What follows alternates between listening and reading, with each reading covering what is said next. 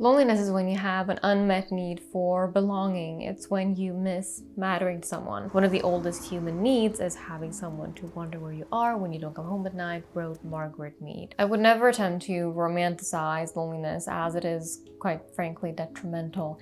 No. What we're talking about today is being alone without being lonely. It's when you choose to spend one-on-one time with this really cool person you. So I spent large amounts of time alone this past year, and now as someone who's introverted, alone time and I go way back, but this was taking it a step further than my normal amount of solitude. My decision was based on a series of personal events in my life, the outcome of which led me to feeling overwhelmed by quite literally everything. The lights outside felt too bright, the streets too noisy, everyone around me too annoying, and my mind just too loud. And so I started saying no more, and I took the quiet route, and I closed the curtains at night, and I let my loved ones know that I might be slightly less available for some time.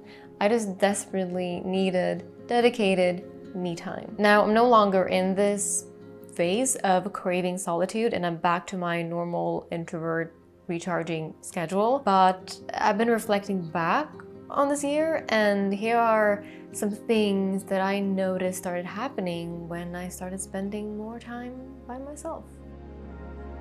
I think we often have this idea that doing things for ourselves is silly. Why make a fancy dinner and light candles if I'm gonna be only one eating? And why get dressed and put on perfume and nice lingerie if no one's gonna be here and I'm just gonna be working from home all day alone? And why clean my home when no guests are coming over? Why make latte art when I'm gonna be the only one drinking it? This notion that no one will see it, hear it, taste it, feel it, and therefore I shall not do it, implies that I, myself, am no one.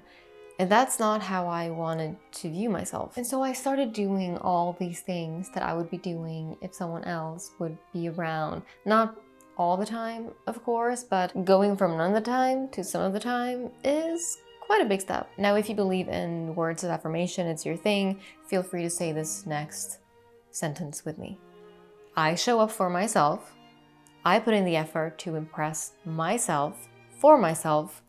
I create a pleasant environment for me. Nice. And now, while I can't know for sure, I do believe that in doing this, it has boosted my self-esteem.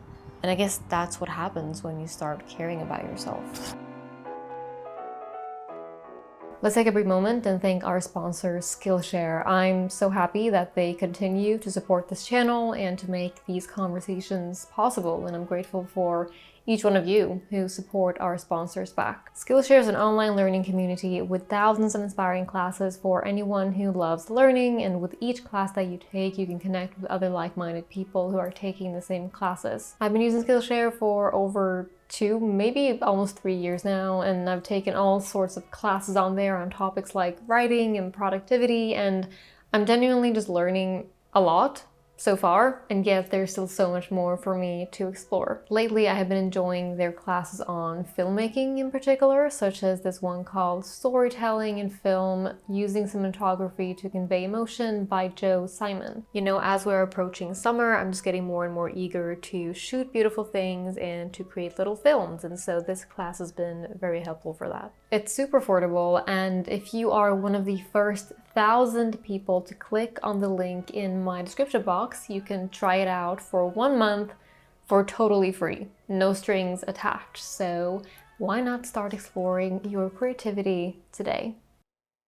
I have lived with roommates several times, 7 of them at one point, and it's just not always easy knowing who is the one who's not cleaning up after themselves and who is it that leaves the toilet seat open. Could be anyone. Could be me. I've also been on trips with larger groups of people, and it's the same thing there. If you can't find, your passport, did I misplace it or did Jonathan misplace it? When you spend time alone, however, you know everything.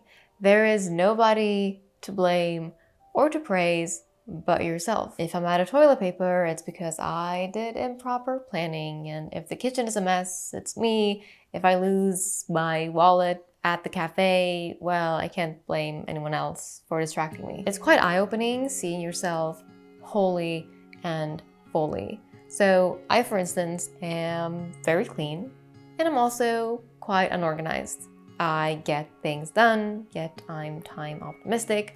I've had good taste in things, but I also change my mind a lot. Oh, and I do forget to water my plants. And while I've kind of already known these things for a long time, they became much more clear when it was just me. When you are free of any outside opinions, input, or pressure, you need to find something else to rely on: yourself and your gut and your abilities and your knowledge. You know, when there's no one else there to decide where to eat or which route to take or whether or not you should bring an umbrella, you make the decisions. And doing that enough times, in my experience, builds so much trust and confidence in oneself. This becomes most apparent when you do travel solo, but also when you just do anything solo, really, that you are not used to doing solo. The point is that when you are fully in charge, you get clarity on who you are and what you know and how you handle situations. You may discover that you are far braver than you thought you were, or that you're capable of so much more than you were giving yourself credit for.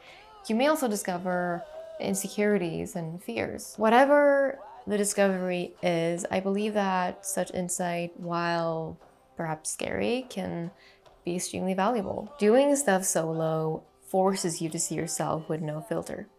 And what you decide to do with what you're seeing is up to you.